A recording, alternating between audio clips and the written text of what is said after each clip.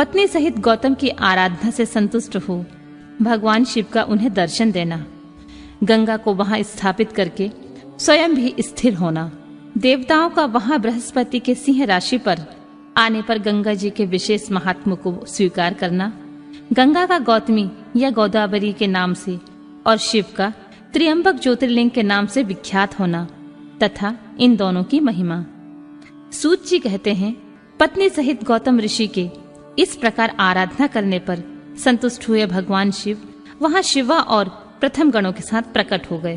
तदनंतर प्रसन्न हुए कृपा निधान शंकर ने कहा, महामुने, मैं तुम्हारी उत्तम भक्ति से बहुत प्रसन्न हूँ, तुम कोई वर मांगो।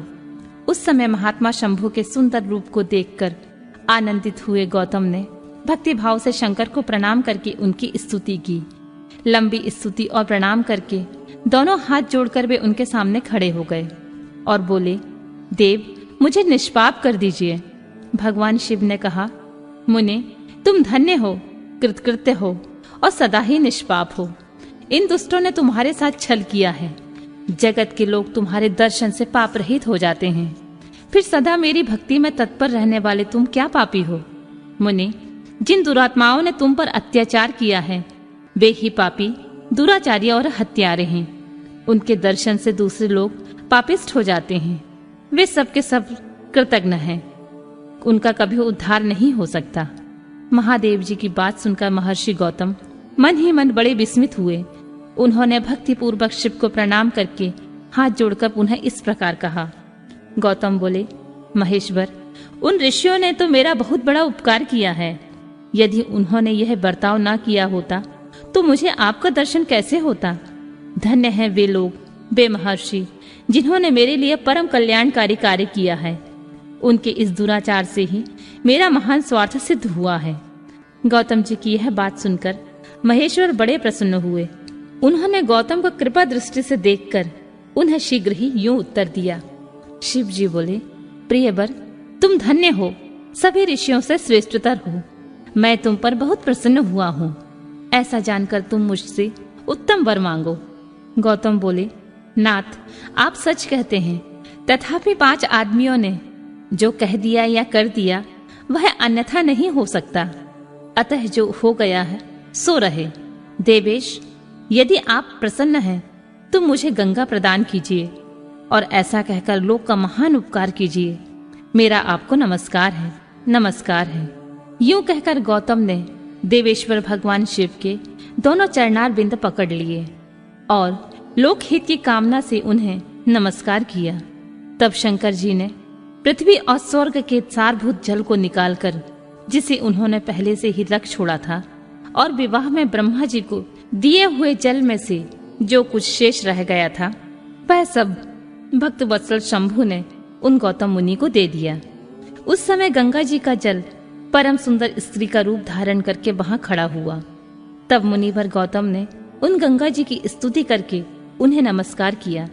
गौतम बोले, गंगे, तुम धन्य हो, कृतकृत्य हो। तुमने संपूर्ण भुवन को पवित्र किया है। इसमें निश्चित रूप से नरक में गिरते हुए मुझ गौतम को पवित्र करो।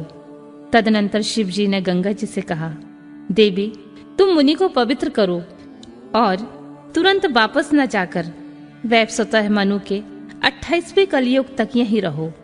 गंगा ने कहा, महेश्वर, यदि मेरा महात्म सब नदियों से अधिक हो और अंबिका तथा गणों के साथ आप भी यहाँ रहें, तब मैं इस धरातल पर रहूंगी। गंगा जी की यह बात सुनकर भगवान शिव बोले, गंगे, तुम धन्य हो, मेरी बात सुनो। मैं तुमसे अलग नहीं हूँ, तथापि मैं तुम्हारे कथना अनुसार यहाँ स्थित रहूंगा। तुम भी स्थित हो। अपने स्वामी परमेश्वर शिव की यह बात सुनकर गंगा ने मन ही मन प्रसन्न हो उनकी भूरी भूरी प्रशंसा की। इसी समय देवता, प्राचीन ऋषि, अनेक उत्तम तीर्थ और नाना प्रकार के क्षेत्र वहां आ पहुंचे।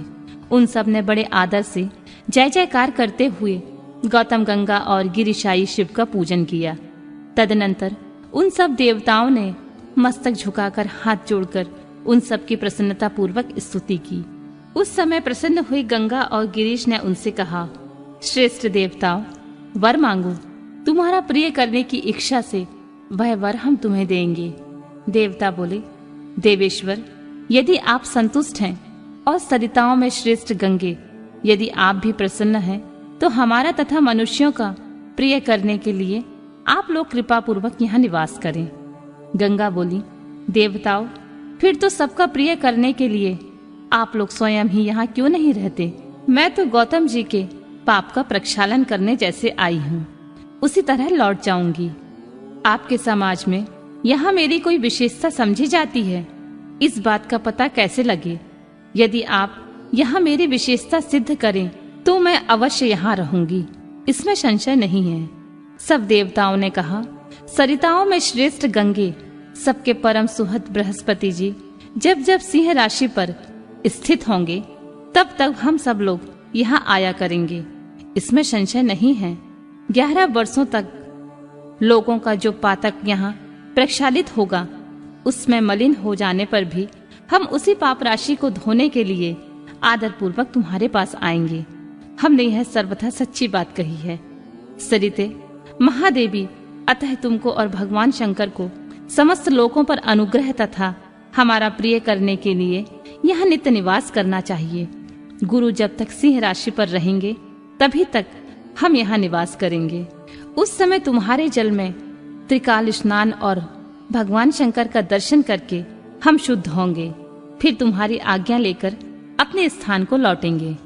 सूत जी कहते हैं, इस प्रकार उन देवताओं और महर्षियों की प्रार्थना करने पर भगवान शंकर और सरिताओं में श्रेष्ठ गंगा दोनों वहां स्थित हो गए। वहां की गंगा गौतमी गोदावरी नाम से विख्यात हुई और भगवान शिव का ज्योतिर्मय लिंग त्र्यंबक कहलाया। यह ज्योतिर्लिंग महान पापों को नाश करने वाला है।